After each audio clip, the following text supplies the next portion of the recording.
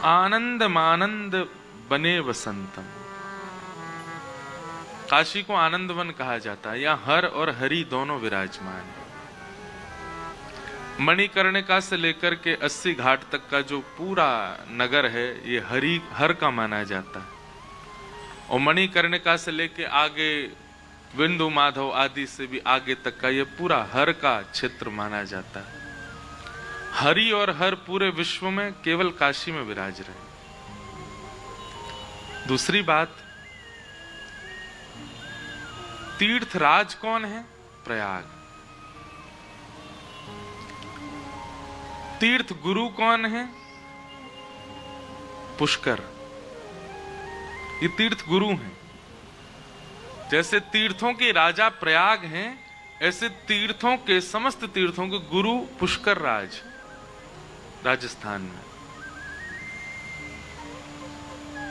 और इन समस्त तीर्थों के प्रधानमंत्री कौन है? काशी विश्वनाथ। विश्वनाथ प्रधानमंत्री। कल रात्रि हमारे गुरुदेव का फोन आया, तो हम कहीं जा रहे थे तो मुझसे बोले प्रधानमंत्री के नगर में हो? तो मैंने कहा हाँ जी, प्रधानमंत्री के नगर में हैं, क्योंकि यहाँ के तो सांसद भी वही हैं। तो मैंने कहा हाँ जी, प्रधानमंत्री के नगर में हैं। तो बोले आप समझे मेरी बात को? मैंने कहा समझ गया, वो आप मोदी जी के लिए कह रहे हैं। बोले नहीं नहीं नहीं नहीं नहीं, बोले वो तो कलयुगी प्रधानमंत्री हैं। कलयुगी शब्द वैसे तो अनुचित लगता है, पर आज के प्रधानमंत्री हैं। पर काशी में विराजमान विश्वनाथ तो सदा सर्वदा आदि मध्य और अंत तक निश्चित प्रधानमंत्री हैं। वो सदा प्रधानमंत्री हैं। बोले इसलिए हम कह रहे हैं विश्वनाथ जी प्रधानमंत्री उनके नगर में हो। फिर उन्होंने पूरा संवाद सुनाया। बोले तीर्थों का राजा कौन? प्रयाग। तीर्थों के गुरु कौन? पुष्कर। और तीर्थों के प्रधानमंत्री कौन? काशी। तो बोले इसलिए बोले हम कि आप प्रधानमंत्री के नगर। मैंने कहा हाँ, इसीलिए प्रधानमंत्री जी ने ये नगर चुना, हमारे आज के प्रधानमंत्री जी ने, क्योंकि प्रधानमंत्री है ही यहीं पर ही।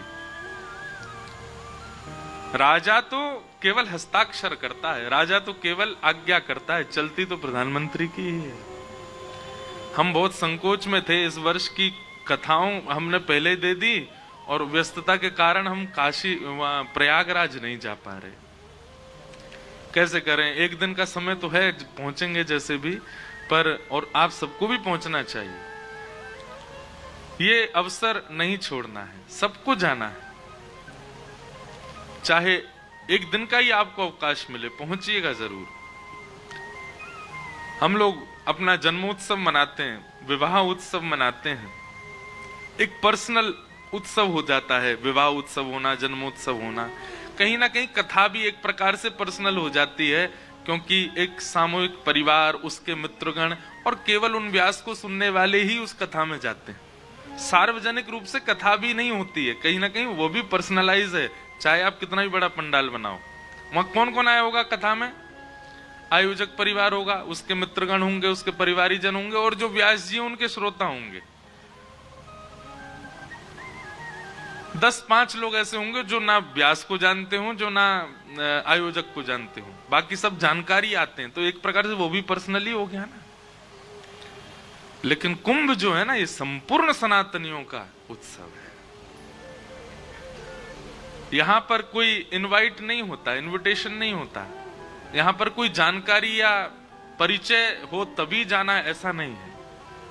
अच्छा एक बात, अगर परिचय से जाना हो तो गंगा जी से तो सबका परिचय है। गंगा जी तो सबकी हैं, यमुना जी तो सबकी हैं, तीर्थराज प्रयाग तो सबका है। इसलिए उनके परिचय से जाइएगा, जरूर जाइएगा। तो मेरे मन में एक भाव था कि इस बार मैं जा नहीं पा रहा कुंभ में, जबकि निवेदन कई संतों का हुआ कथा के लिए भी, पर वाद्य हूं, कहीं और समय दे चुका था। तो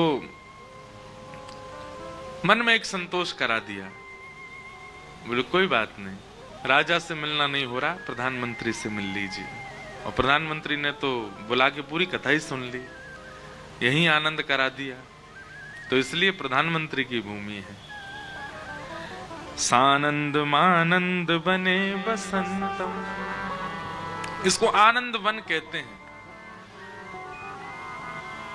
संपूर्ण श्रीमद् भागवत में वृंदावन के लिए एक शब्द प्रयोग होता है कि ठाकुर जी वृंदावन में जब प्रवेश करते हैं तो अत्यंत आनंद में आ जाते हैं।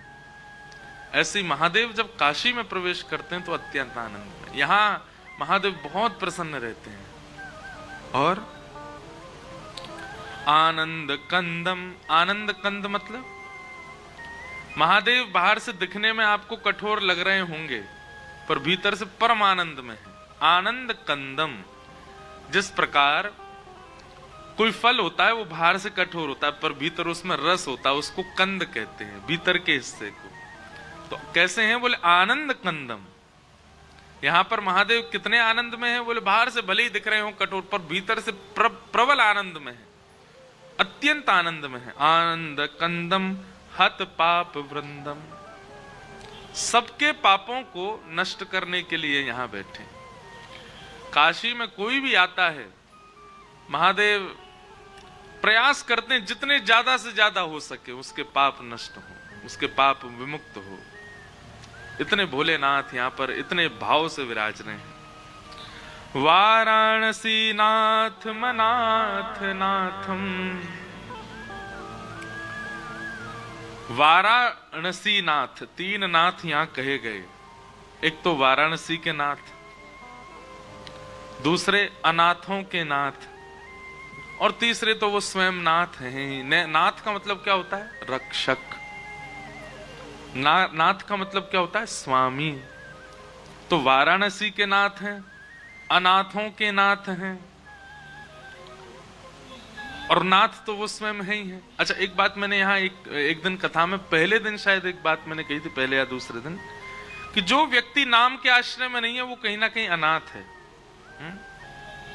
जो व्यक्ति नाम आश्रय नहीं है, एक नाम के सहारे जीवन नहीं व्यतीत कर रहा है, वो कहीं ना कहीं अनाथ है।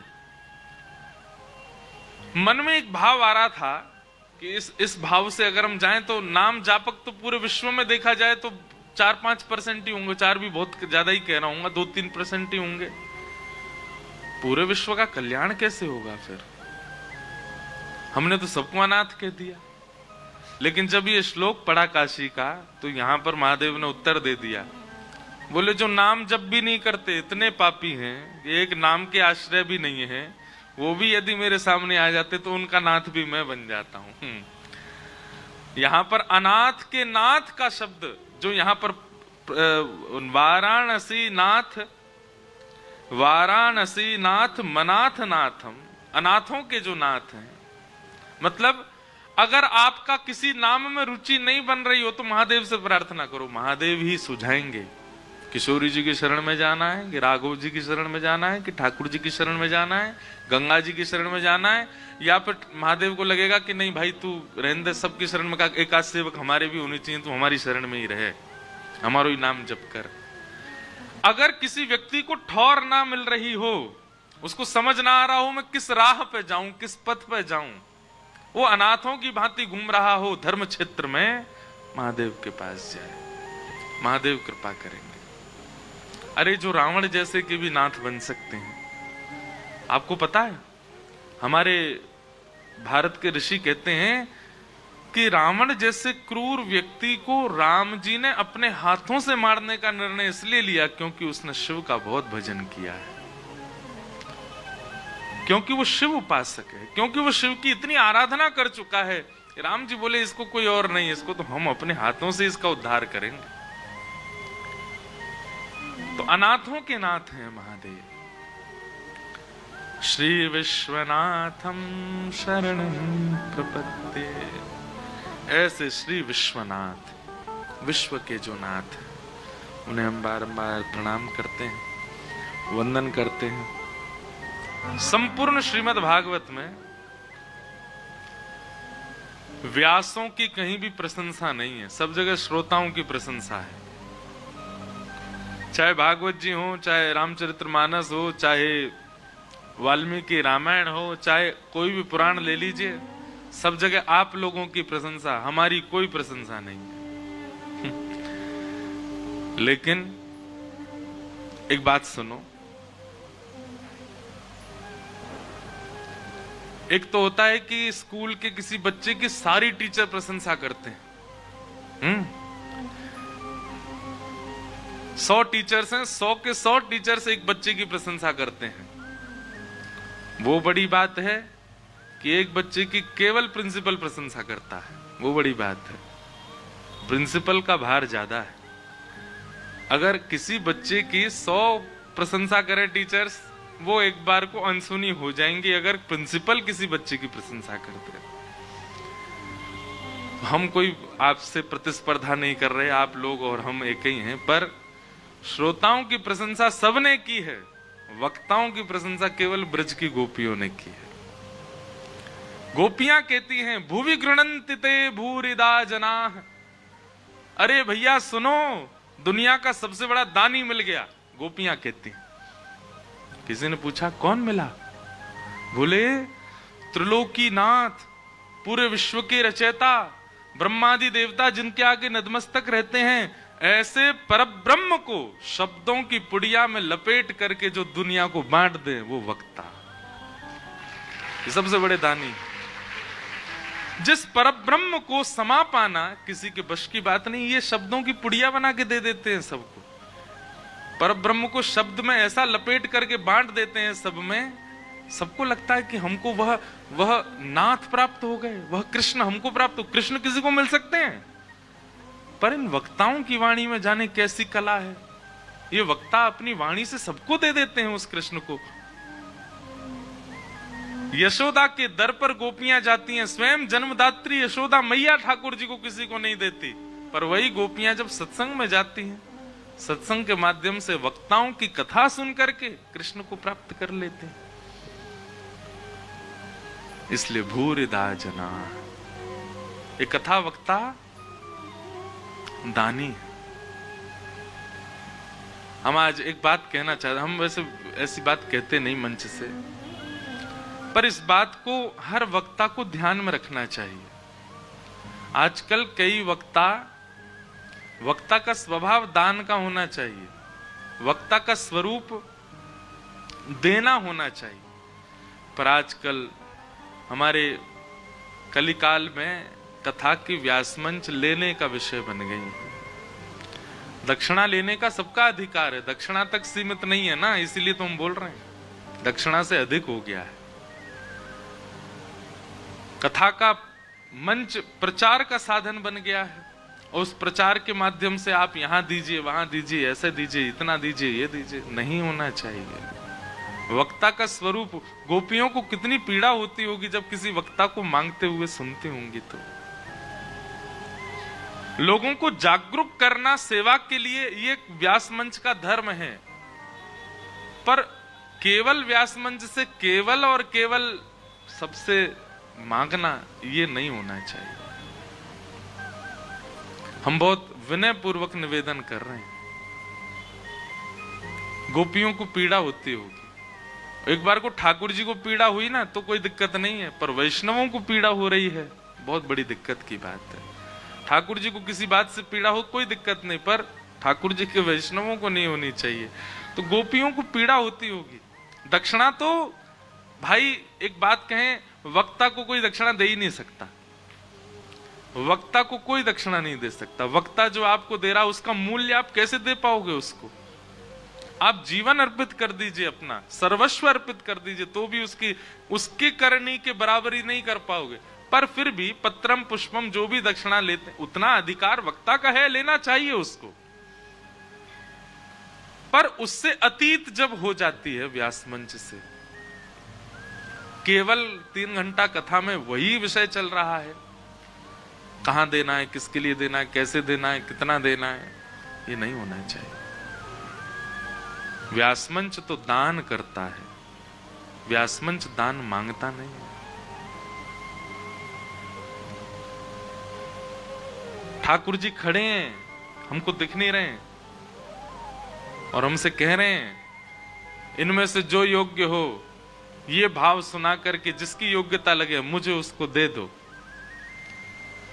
पर अब व्यास मंच के बगल में ठाकुर जी खड़े रह गए हैं, व्यास जी उनको दे ही नहीं रहे और ले रहे हैं। ये नहीं होना चाहिए। गोपियां कहती हैं तब कथामृतम, आपकी कथा अमृत के समान है नाथ। इसका अर्थ क्या लगाएंगे? अमृत पीने वाला तो अजर अमर हो जाता है? नहीं, इसका अर्थ ऐसे लगना है कि अमृत जो है वो एक रसायन है। अमृत का एक कार्य तो होता है व्यक्ति को अमर करना, दूसरा कार्य होता है उसकी समस्त पीड़ाओं को नाश कर देना। कथा के प्रति सजग रहने वाले व्यक्ति को फिर संसारी पीड़ा का अनुभव नहीं होता। इसलिए कहा गया तव कथामृतम, अमृत के समान है। तप्त जीवनम, हमारे जीवन के जितने भी ताप संताप हैं उन सबको समाप्त करने वाली आपकी कथा है। व्यक्ति का यदि कथा में चित्त लग जाए ना, हम सत्य बता रहे हैं, कथा ने अगर आपको स्वीकार कर लिया, आपको संसार का कोई रस अच्छा नहीं लग सकता। यदि कथा अच्छी लग गई तो, एक बार भी प्रिय लग गई तो। कल रात्रि हम तो क्या बताएं, हम ऊधमी वक्ता हैं बहुत ज्यादा। जैसे वक्ताओं का स्वभाव होता है, बहुत शांत रहेंगे, बहुत सम रहेंगे, कम बोलेंगे, कमरा में घुसे रहेंगे, निकलेंगे कम, सीमित लोग। हमारा काम उल्टा है। हम 4 घंटा बाद तो हमको यूं लगती है अब हम क्या करें। काशी पूरी नाप दो, कोई मंदिर रहने ना पाए, कोई स्थान रहने ना पाए। मतलब हम सुबह 6 बजे अपना बिस्तर छोड़ते हैं और रात्रि 3 बजे बिस्तर पर जा रहे हैं। इतने ऊधमी वक्ता हैं। अपनी बात खुद ही बता रहे हैं, लेकिन इससे प्राप्ति ही करते हैं। कल रात्रि जो हमें काशी से प्राप्त हुआ प्रसाद, वो हम भूल नहीं सकते। कल हनुमान जी आए थे कथा में। हनुमान जी कह रहे हैं दारी के सब जगह जा रहे हो, बगल में बैठो यही नहीं आ रहो, मेरे आंगन में ही कथा कर रहा है। पहले दिन आयो बस पोथी प्रणाम करके ले गयो, यहाँ आयो ही नहीं है। तो कल हनुमान जी आए, 2 गण भेजे अपने, जाओ बुला के लाओ। तो कल लग तो रहा था कि जहाँ पर यहाँ इतनी भीड़ हो जाती है तो फिर हम यहाँ से सीधे निकल, फिर मंदिर भी बंद रहता है 3 बजे तक। फिर कल कुछ क्रम थे, कल बहुत प्रसाद मिले, यहाँ से सीधे गए अपना घर। आप सब लोग जरूर जाइएगा। श्री गंगा जी के तट पर बहुत सुंदर एक संस्था है, अपना घर, जिसका नाम ही अपना घर है।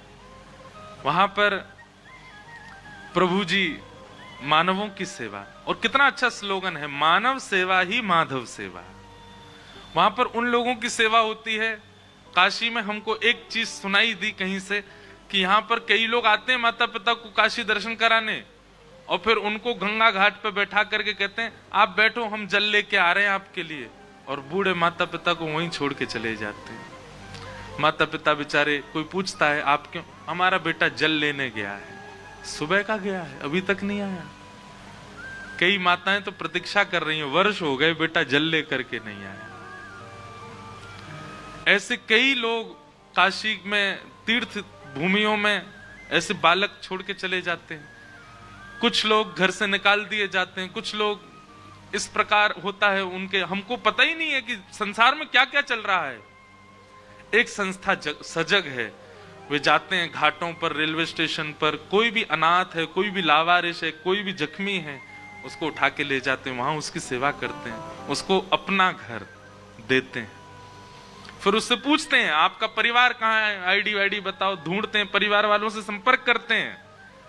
अगर परिवार वाले आके ले जाना चाहें, उसमें भी जांच करते हैं कि कहीं परिवार वाले ले जाके फिर तो कहीं नहीं छोड़ देंगे, तभी उनको प्रदान करते हैं, नहीं तो उनकी सेवा करते हैं। तो कल हम कथा करके सीधे वहां गए।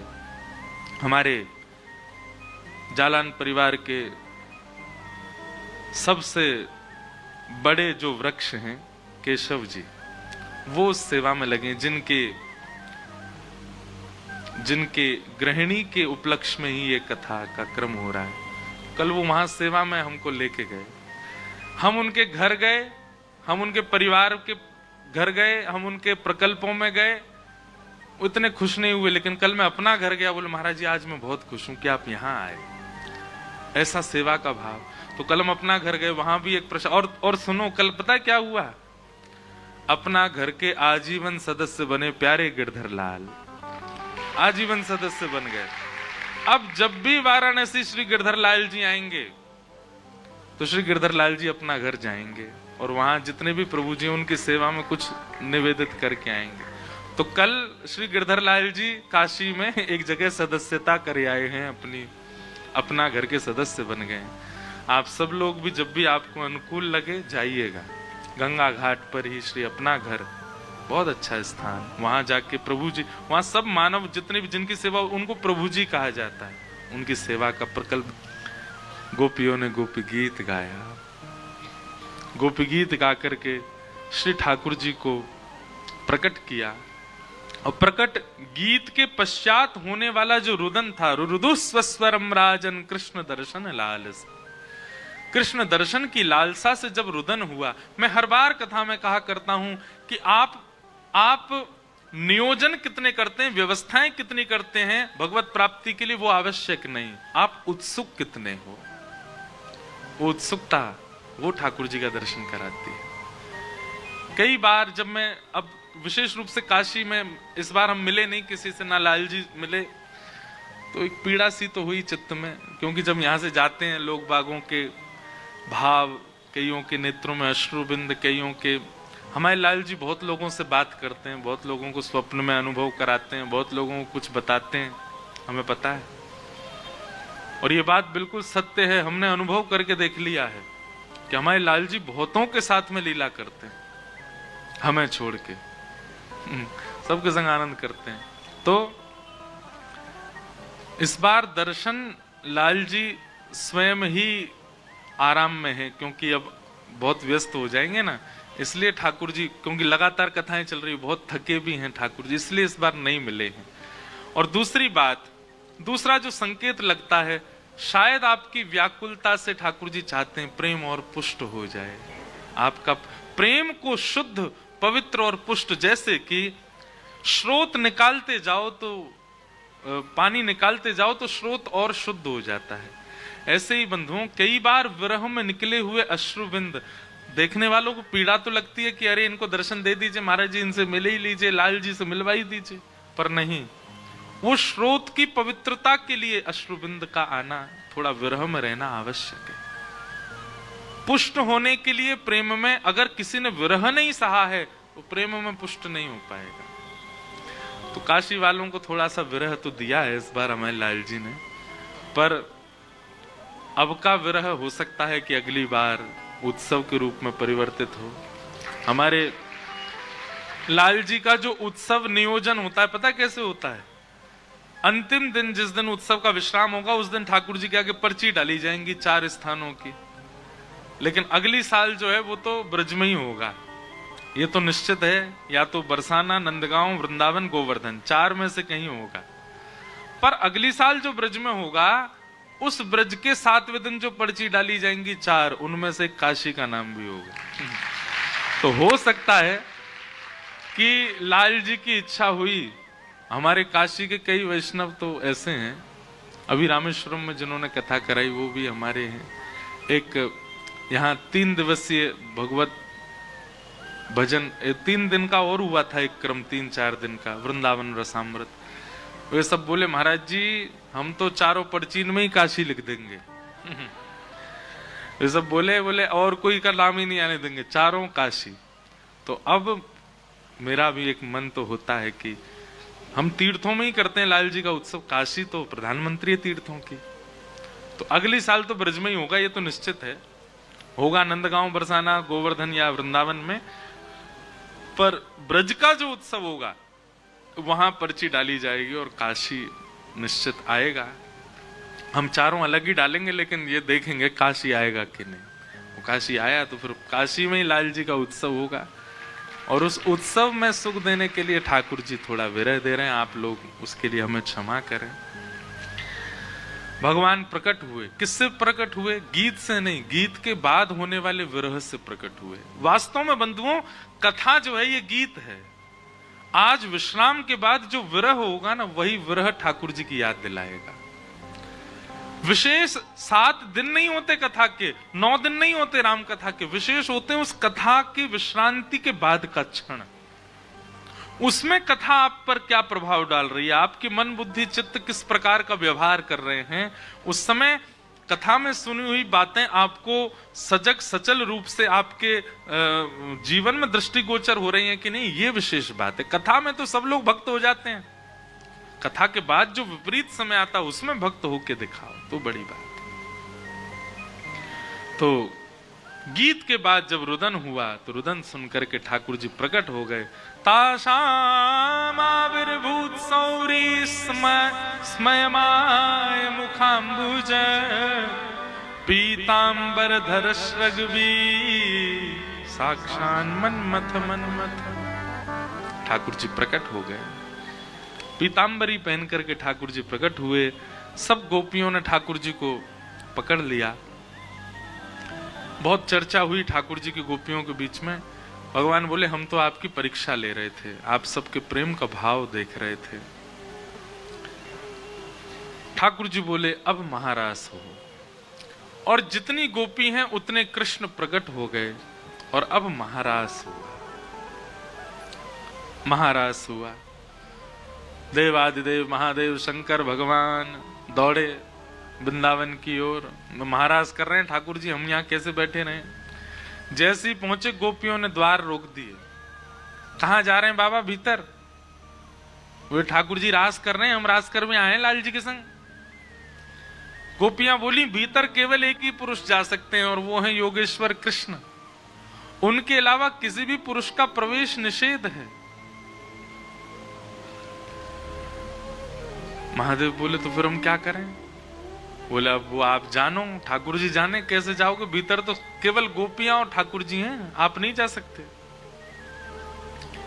अब देखो हमारी ब्रज की कई कथाएं ऐसी हैं, उन कथाओं के अनुसार यदि आप सुनेंगे तो कई भाव अलग पुष्ट होंगे। ललिता जी को दया आ गई महादेव पर। महादेव देवों के देव हैं, महादेव हैं। तो हमारी श्री ललिता जी बाहर आई। किशोरी जी ने भेजा ललिता जी को, जाओ और जाकर के महादेव को युक्त करो, योग्य बनाओ। ललिता जी बोले क्या महादेव योग्य नहीं है? बोले योग्य हैं, पर एक योग्यता होती है कि भीतर योग्यता है पर बाहर सबको दिख नहीं रही है। महादेव वैसे वाले योग्य हैं, भीतर से योग्य हैं पर बाहर दिख नहीं रहा है इन गोपियों को। अब ऐसी योग्यता प्रकट करो कि बाहर दिखे। वो प्रेम जो महादेव के भीतर विराजमान है वो बाहर आवरण के रूप में आवे, तभी प्रवेश मिलेगा महाराज में। तब ललिता जी गई और महादेव को यमुना तट पर बैठा करके श्री ललिता जी ने प्रेम प्रसंग सुनाया, ठाकुर जी की निकुंज लीला सुनाई। और उस निकुंज लीला को सुनते सुनते सुनते महादेव के नेत्र बंद हो गए, रोम रोम आनंदित हो गया, नेत्रों से अश्रु प्रवाह। ये देखो शाम, ये देखो शाम, यही तो है मेरे जीवन प्राण। जहां देख रहे हैं महादेव वहीं श्याम सुंदर दिखने लगे। तमाल वृक्ष को दौड़ करके जाकर के महादेव ने हृदय से लगा दिया, यही तो श्याम सुंदर हैं। किसी भी श्याम वर्ण की वस्तु को देखते हैं उसकी तरफ दौड़ते हैं श्याम सुंदर कह करके। किसी भी पीत वर्ण की वस्तु को देखते हैं तो पीतांबरी मान करके दौड़ते हैं उसकी तरफ। कहीं पुष्पों को देखते हैं तो गले की माल समझ के दौड़ते हैं उसकी तरफ। सब जग कृष्णमय दिखने लगा महादेव को। मतलब भीतर जो प्रेम था अब वो बाहर प्रकट हो गया। इसी को गोपी भाव कहते हैं। ये देखो श्याम, वो देखो श्याम, यही तो है मेरे जीवन प्राण। सब जगह कृष्णमय हो गया। मैं देखूं जिस ओर सखीरी, सामने मेरे सांवरिया। सब जगह कृष्ण। यहां कहते हैं कि महाराज जब हुआ तो एक से अनेक कृष्ण हो गए। नहीं, कृष्ण तो एक ही है पर गोपियों को सब जगह कृष्ण दिखने लगे। कई गोपियां तो वृक्षों को ही कृष्ण मान करके उनके साथ रास कर रही हैं। कई गोपियां तो यमुना जी को ही कृष्ण मान करके बार बार यमुना जी को हृदय से लगा रही हैं। प्रेम की वह अवस्था है जिसका वर्णन व्यास मंच से भी संभव नहीं है। महादेव जब बिल्कुल गोपी भाव में परिणत हो गए, जित देखूं उतित कृष्णमयी है, तब महादेव ने अपना कमंडल उठाया, माते भिक्षाम देही। और महादेव जब भी कमंडल उठा के भिक्षा मांगते हैं, तुरंत अन्नपूर्णा प्रकट हो जाती हैं कमंडल भरने के लिए। आज अन्नपूर्णा वृंदावन में प्रकट हो गई, बोला अन्नपूर्णा माई की। और जैसे ही महादेव का कमंडल भरने लगी, महादेव कमंडल पीछे कर, आज अन्न की भिक्षा नहीं चाहिए। अन्नपूर्णा मैया बोली तो फिर श्रृंगार की भिक्षा दो, आपका जो श्रृंगार है अन्नपूर्णा जी, वह श्रृंगार मुझे दीजिए। तब यमुना तट पर श्री ललिता जी ने और श्री अन्नपूर्णा माई ने महादेव का श्रृंगार किया। जो जटा सदा बंधी रहती हैं, जिन जटाओं में पूरा ब्रह्मांड बना रहता है, आज उनको मुक्त कर दिया है। यमुना के जल से धो करके केश बिल्कुल सुनहरे रंगीन महादेव के ऐसे प्रकट कर दिए हैं। जो सदा भस्म रमाए रहते थे, आज महादेव को यमुना जल से स्नान करके सुंदर आंखन में काजर लगायो है, होठन में लालिमा लगाई है, गले में सुंदर नवलखा के हार पहनाए हैं, सर्प बिच्छू आदि सबंध की, जाओ अपने नानी घर घूम के आओ कुछ दिना, पूरे दिना चढ़े रहो महादेव के ऊपर। आज गोपी बन रहे हैं महादेव। आहा, कानन में कुंडल पहनाए हैं, गले में नवलखा के हार पहनाए हैं, सुंदर जो माताएं पहनती हैं, मैं भूल जाता हूं रोज, क्या बोलते हैं उसको, जो नीचे पहनती हैं, नहीं, लहंगा। हाँ, लहंगा जैसा पहनाया, सुंदर चुनरी डारी गले में, काजर आंखन में लगायो। और इनके तो 2 आंखन में काजल लगे, महादेव के तो 2 यहाँ, तीसरो यहाँ। आहा, अरे आप लोग हंसो नहीं, दर्शन करो, कितने सुंदर लग रहे हैं महादेव। कभी जाके देखो हमारे गोपेश्वर महादेव को, कितने प्यारे लगते हैं। सब गोपी फीकी लगती है उनके आगे। मूछन में इत्र लगायो, मूछ वाली गोपी हैं, हाथन में कड़ूला पहने हैं, बाजूबंद पहने हैं, पैरन में सुंदर पायल धारण करी है, चुनरी ओढ़ करके महादेव ने पैरन में महावर लगाई, हाथन में मेहंदी लगाई है, बिल्कुल गोपी स्वरूप धारण कर लिया।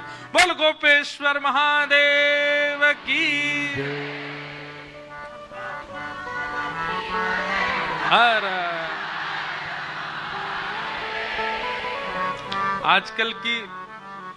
आजकल की पत्नियां दिखते हैं, हम लोग टीवी में आदि सब पति को टाई पहना रही हैं जूते, पर यहाँ अन्नपूर्णा मैया अपने पति को गोपी बना रही हैं। क्यों? प्रियतम से मिलने के लिए महादेव जा रहे हैं। एक बार हमारे ठाकुर जी महादेव बनकर के गए बरसाने। हमारे आज ये हमको कथा करने नहीं देंगे, ये छेड़ देते हैं कोई स्वर तो हमको फिर याद आ जाता है। एक दिन ठाकुर जी बड़े व्याकुल हो गए। अच्छा देखो, हमारे ब्रज की रीति ऐसी है कि रोज शाम सुंदर किशोरी जी से मिलते हैं। केवल साल में 15 दिन ऐसे होते हैं जिनमें ठाकुर जी किशोरी जी से मिल नहीं पाते। कौन से होते हैं? श्राद्ध के दिन। श्राद्धों में कोई उत्सव नहीं होता। ब्रजमंडल में 365 दिन उत्सव है, बस 15 दिन जो श्राद्ध के उनमें उत्सव नहीं होते। तो उसमें इसलिए उसमें सांझी उत्सव होता है हमारे ब्रज में। सांझी जानते हैं? सांझी में क्या होता है? रंगोली जैसी रंगों से सुंदर जल के ऊपर रंगोली बनाई जाती है, और उसका मतलब ये होता है कि बरसाने में बैठी श्री जी ठाकुर जी से मिलने का मन बना रही हैं, तो सांझी देख करके प्रसन्न हो जाती। नित्य लीलाएं गोपियां उसमें बनाते हैं। वो विस्तृत प्रसंग है सांझी का। सांझी उत्सव होता है। तो एक बार की बात है कि ठाकुर जी ने देखी कि महाराज श्राद्ध पक्ष आ गए, 10 दिन बीत गए, किशोरी जी दिखी नहीं है। सब ग्वाल वालन तो कहने लगे, हे ग्वाल वालों, किशोरी जी कैसे मिलेंगी? वो लाला अब तो एक काम कर, बोले कहा छद्म भेष धारण करके जा, कोई और भेष धारण कर ले। ठाकुर जी बोले गोपी में बन के जा चुको, चूड़ी बेकवारी बन के जा चुको, सांझी बनाई वारी बन के जा चुको। अब तो बरसाने वाले इनको इतना शक है कि नंदगाम तो कोई भी छोरी आवे तो वो ये टटोल के देखें कहीं श्याम सुंदर तो नहीं, चोरी बन के ही आवे। मधुमंगल बोलो लाला एक काम ऐसा क्या? बोले कहा हमारे नंदगाम में एक बाबा बैठो है, कहा नाम बा को? नंदीश्वर महादेव। बोले नंदीश्वर बैठो है, यदि लाला तू जोगी बन के जाएगो कोई नहीं पहचानेगा। और सबरे ग्वाल बाल लेकर के नंदीश्वर महादेव के पास ठाकुर जी को ले गए और वहां जाकर के ठाकुर जी का श्रृंगार किया। जोगी रंग भी नाया,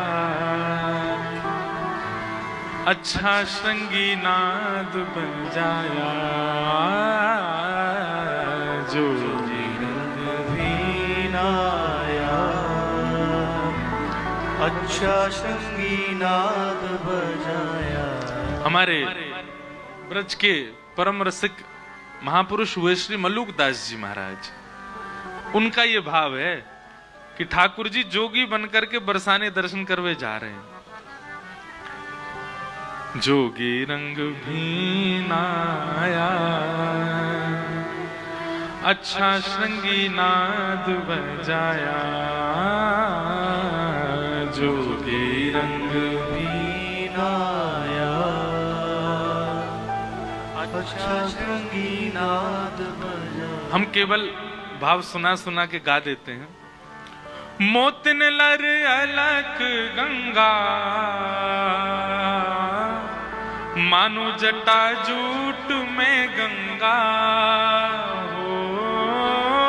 मोती लर अलख गंगा, मानो जटा जूट में गंगा। किशोरी जी से मिलवे जा रहे हैं ठाकुर जी।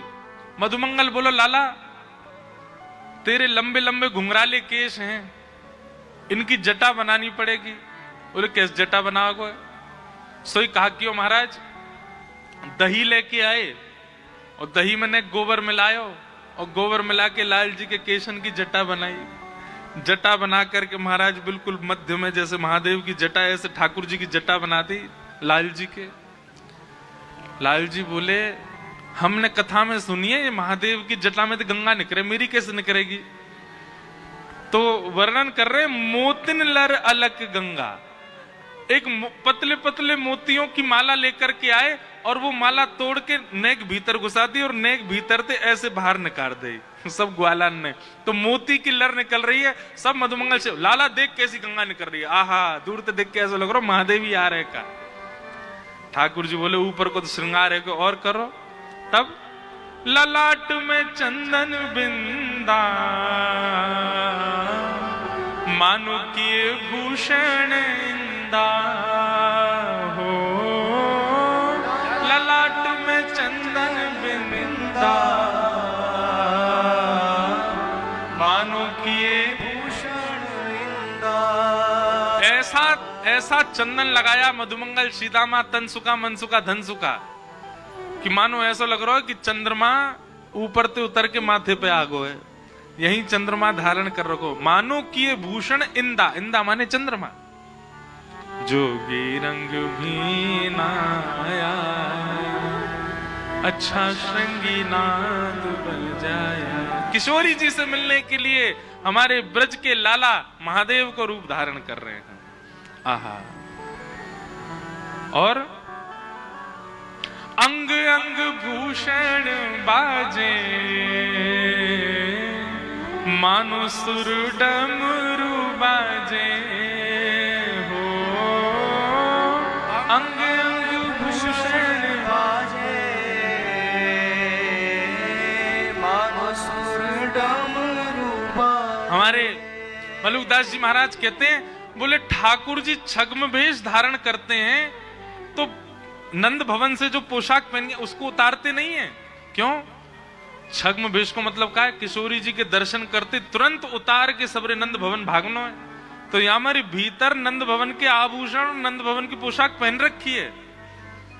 आभूषणों से ठाकुर जी की ध्वनि आती है, पर आभूषण के ऊपर अगर कपड़ा रख दो तो ध्वनि जो है उसकी जो कांस होती है वो कम हो जाती है। ठाकुर जी ने जितने आभूषण पहने उनके ऊपर जब महादेव की तरह बागंबर आदि पूरा सब लपेटा है, तो जो अंदर के आभूषण है चलते समय उनकी तीखी आवाज तो आ नहीं रही है, वो ढम ढम ढम आवाज आ रही है। तो ऐसा लग रहा मानो डमरू बजाते हुए चल रहे हैं। आहा। ठाकुर जी को सर्वांगीण श्रृंगार है क्यों? मधुमंगल बोलो लाला एक चिंता की बात है। बोले कहा? बोले जे जोगी बाबा महादेव है का जे भस्म लगावे अंग पे, और लाला तो भी लगानी पड़ेगी। ठाकुर जी हम लगा दे। बोले पर भस्म तो शमशान ते आवे। शमशान को नाम सुनते ही ठाकुर जी तो दौड़न लगे, मैया के पास जाऊंगो मैं। मैया के तू कहा करेगो, शमशान ते लेके आवेगो भस्म। मधुमंगल श्रीदाम बोले लाला तू कहा डर रहो, हम ही नहीं जा पाएंगे शमशान, कहीं हुआ आगो तो हम कैसे जाएं? ठाकुर जी बोले अब श्रृंगार कैसे होगो मेरो? कितना सुंदर वर्णन श्री मलुकदास जी कर रहे हैं कि मधुमंगल श्रीदामा तनसुका मनसुका धनसुका सब सखाओं ने मलियागिरी चंदन लगाया ठाकुर जी के अंग पर श्री जी से मिलने की जो ज्वाला ठाकुर जी के हृदय में, जो व्याकुलता, जो विरह ठाकुर जी के हृदय में है, उस विरह की अग्नि से मलियागिरी चंदन जल करके भस्म बन गया। मलियागिरी चंदन ब्राजे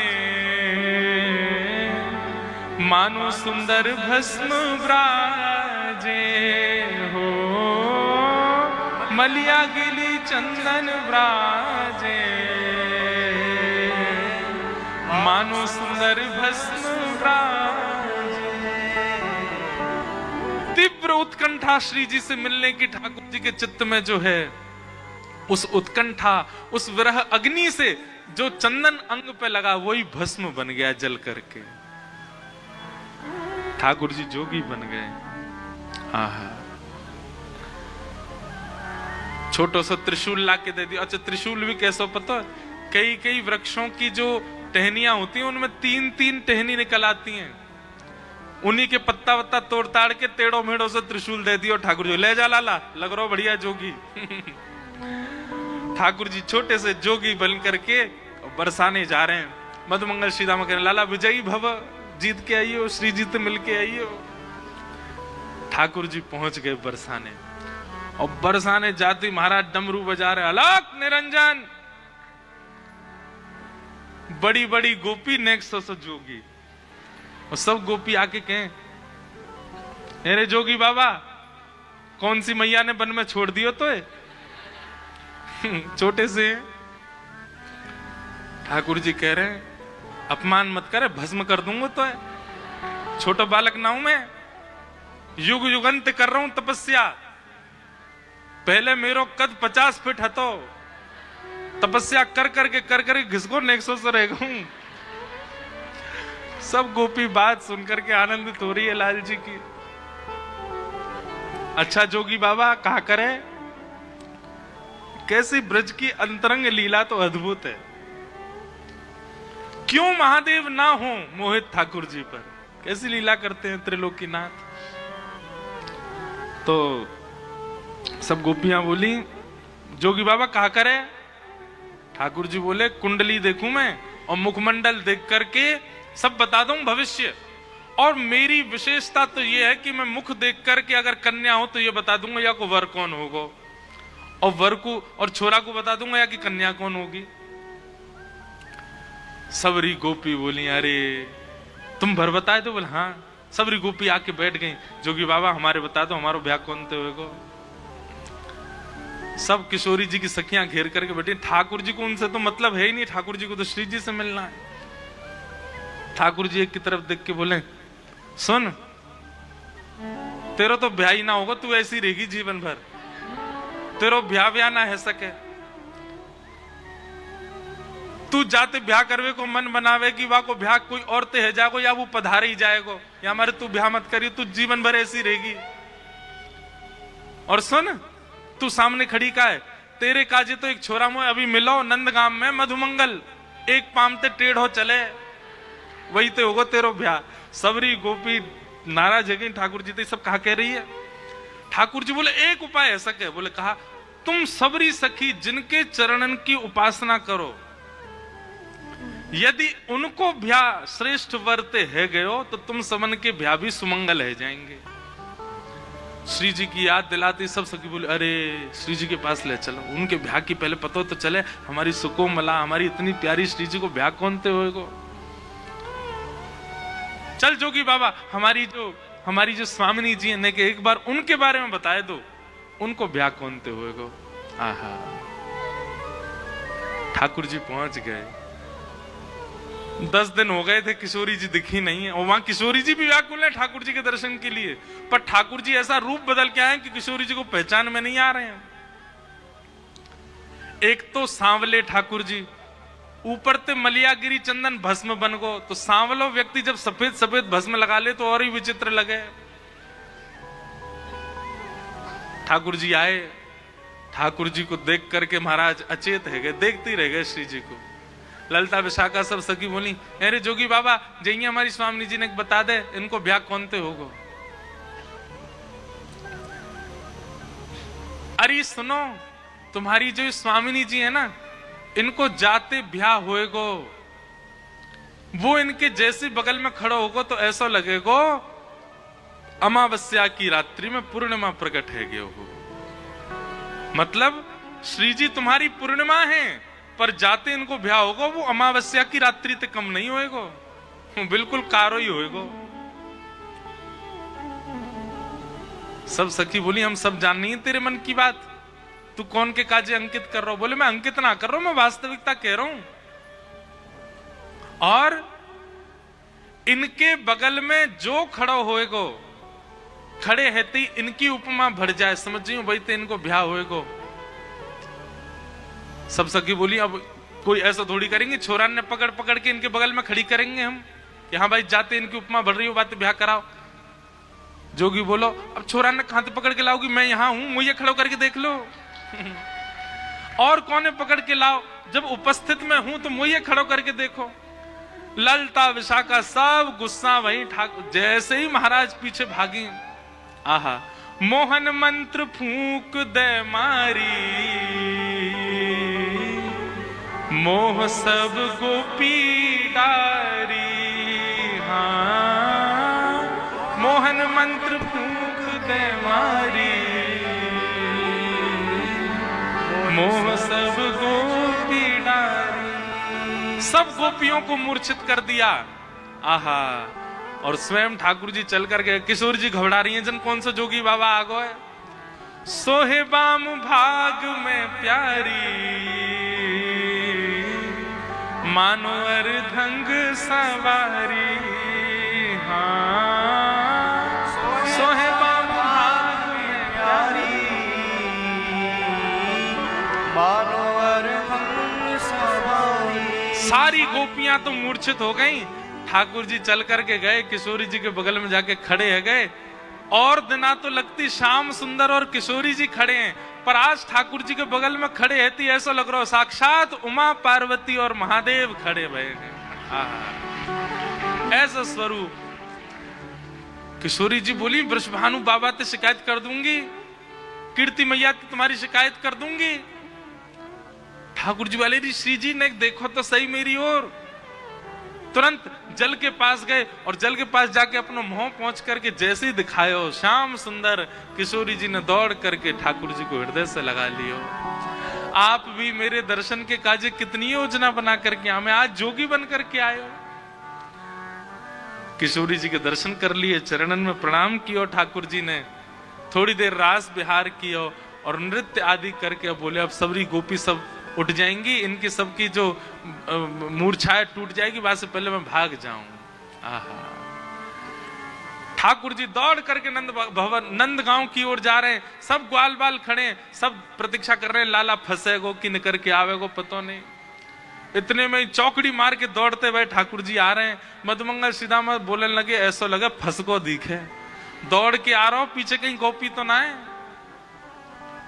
जैसे ठाकुर जी आए, मधुमंगल सीधाम बोले, लाला कहा भयो, कार्य सफल भयो कि नहीं, श्री जी के दर्शन भय कि नहीं। ठाकुर जी दौड़ते भय आए और दौड़ते भय आके मधुमंगल श्रीदामा के हाथ पकड़ के नृत्य करने लगे। जोगी छवि बावरो डोले, राधे राधे राधे बोले। हाँ, जोगी छवि बावरो डोले, राधे राधे राधे बोले। हाँ, राधे राधे राधे बोले।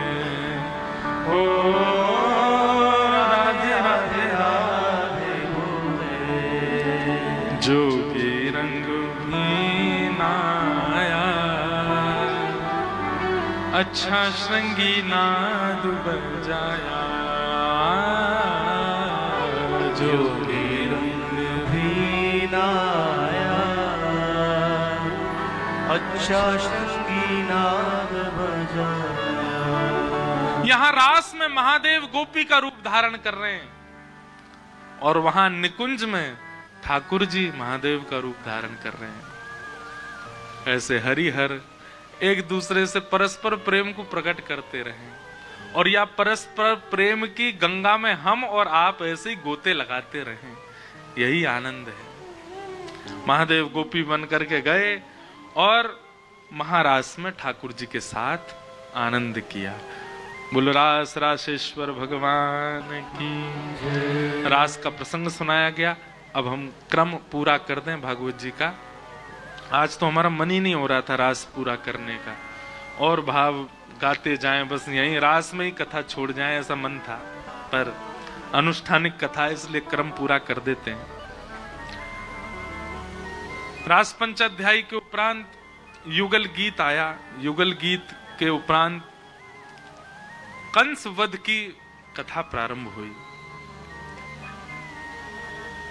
नारद जी महाराज ने कंस से कहा कि तुम धनुर्यज्ञ करो और धनुर्यज्ञ में कृष्ण बलराम को दोनों को बुलाओ, देखने के लिए दोनों बालक आएंगे, छल से उनको मार देना। अक्रूर जी महाराज को वृंदावन भेजा गया ठाकुर जी को लाने के लिए। अक्रूर जी महाराज वृंदावन आए।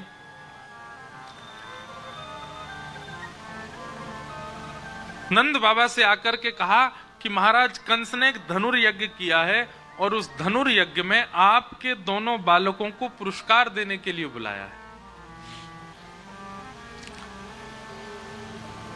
बात सुनकर के ब्रजवासी प्रसन्न तो नहीं थे। मां ने तो मना ही कर दिया, बोले कोई हमें उपहार नहीं चाहिए और कंस से तो बिल्कुल ही नहीं चाहिए, नहीं जाएंगे मेरे लाला। लेकिन ठाकुर जी ने मन में विचार किया कि अगर हम ब्रज छोड़ करके नहीं गए, अब बहुत लंबी कथा है, बहुत विस्तृत कथा है, ठाकुर जी ब्रज छोड़ने के लिए राजी नहीं थे। एक प्रसंग आता है कि नारद जी महाराज ठाकुर जी से मिलने आए। ठाकुर जी गैया चरा रहे थे, सो नारद जी को देख करके ठाकुर जी ने हृदय से लगा, अरे नारद बताओ कैसे आए। नारद जी बोले, भगवान गैया चराते रहोगे, ब्रजवासियों के बीच में बैठे रहोगे, बस यही करना है। कंस को कौन मारेगा? ये बाकी की लीलाएं सब होनी है, द्वारिका लीला होनी है, महाभारत का युद्ध होना है, गीता का ज्ञान उपदेश करना है, 16,108 ब्याह आपको करने हैं, ये सब क्रियाएं आगे बहुत कुछ होना है, वो कौन करेगा? तो ब्रजवासियों की ओर देख के और ब्रज को देख करके ठाकुर जी एक बार नारद जी से कहते हैं, नारद जी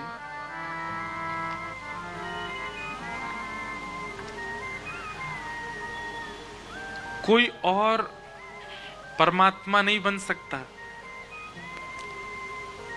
कुछ ऐसी योजना बनाओ ना, तुम सब लोग मिलके 33 कोटि देवता मिलके महादेव से बात करो, ब्रह्मा जी से बात करो, सब लोग कुछ मिलके योजना बनाओ कि वैकुंठ पति किसी और को बना दो। ब्रह्मांड का नायक, ब्रह्मांड का जगत नियंता, जगदाधार परमात्मा किसी और को घोषित कर दो। मैं ब्रज नहीं छोड़ पा रहा। नारद जी बात सुनकर के कहते हैं, पहले तो ब्रह्मा को शक हुआ था आप पे कि आप परमात्मा हो कि नहीं, फिर इंद्र को शक हुआ था, आज मुझे भी हो रहा है कि आप सच में परमात्मा। जो निराकार है, जो निर्गुण है, जो निरी है, जिससे पूरी सृष्टि है, आज वो खुद मोह में पड़ गया ब्रजवासियों के।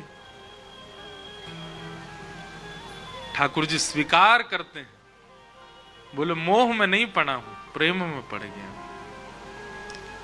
नारद, वेद वेदांत उपनिषद सब जगह ये बात उद्धृत है कि मुझे कोई नहीं बांध सकता, पर तुम जरूर एक सूत्र लिखना। नारद भक्ति सूत्र नारद जी ने लिखा है, भगवान की आज्ञा से लिखा है। तुम जरूर कुछ लिखिए ना, और उस भाव में प्रेम का प्रभाव दिखाना, और उस प्रेम के प्रभाव में यह बताना कि वो परमात्मा जिसको कोई नहीं बांध पाया, उसको प्रेम ने बांधा। प्रेम, परमात्मा भी बंधन में है, किसके? प्रेम के। नारद जी ने भगवत आज्ञा से नारद भक्ति सूत्र ग्रंथ लिखा और उसमें नारद जी महाराज कहते हैं प्रेम क्या? बोले प्रेम स्वरूपम, उसका वर्णन नहीं किया जा सकता। मैंने बता दिया और आपने समझ लिया, समझो वो कोई सामान्य बात थी, प्रेम नहीं था। प्रेम किसे कहेंगे? ना मैं बता पाऊं और ना आप समझ पाओ, वो प्रेम है। फिर किसी ने कहा नारद जी अगर प्रेम की अवस्था में आप सबसे पहला नंबर किसी को देना चाहेंगे तो किसको देंगे? नारद जी कहते हैं पहला और आखिरी वाली बात नहीं है, जितनी भी संख्या है मैं सब एक ही को दूंगा। यथा ब्रज गोपिका नाम, ब्रज की गोपियां, जिन गोपाल कियो वश अपने, जिन गोपाल कियो वश अपने, सब गाओ, जिन गोपाल कियो वश अपने, जिन गोपाल कियो वश अपने, उर्धर श्याम भुजा, ओ उर्धर श्याम गोपी प्रेम की ध्वजा, गोपी प्रेम की ध्वजा, गोपी प्रेम की ध्वजा, गोपी प्रेम की ध्वजा। नारद जी कहते हैं मैंने आज पहली बार पर ब्रह्म को बंधन में देखा है। परमात्मा कह रहे हैं कि द्वारिका लीला कोई और कर ले, वैकुंठपति कोई और बन जाए, ब्रह्मांड को संभालने के लिए किसी और को चुन लो, मैं व्रत छोड़ के नहीं जा सकता। तब नारद जी कहते हैं बोले भगवान ये असंभव है, आपके स्थान पर कोई और नहीं, आप ही पर ब्रह्म हैं, पर ब्रह्म कोई और कैसे हो सकता है? भगवान ने अपने में से अनेक प्रकट कर दिए। नारद जी महाराज बोले भले ही आप कितने भी प्रकट कर दो, अपने जैसे प्रकट कर दो, अपने से भी श्रेष्ठ प्रकट कर दो, पर जीवन भर यह तो रहेगा ये जो भगवान हैं यह किनसे प्रकट हुए? श्री कृष्ण से प्रकट हुए। तब भी पर ब्रह्म आप ही रहोगे, इसलिए आपको ही करना पड़ेगा। नारद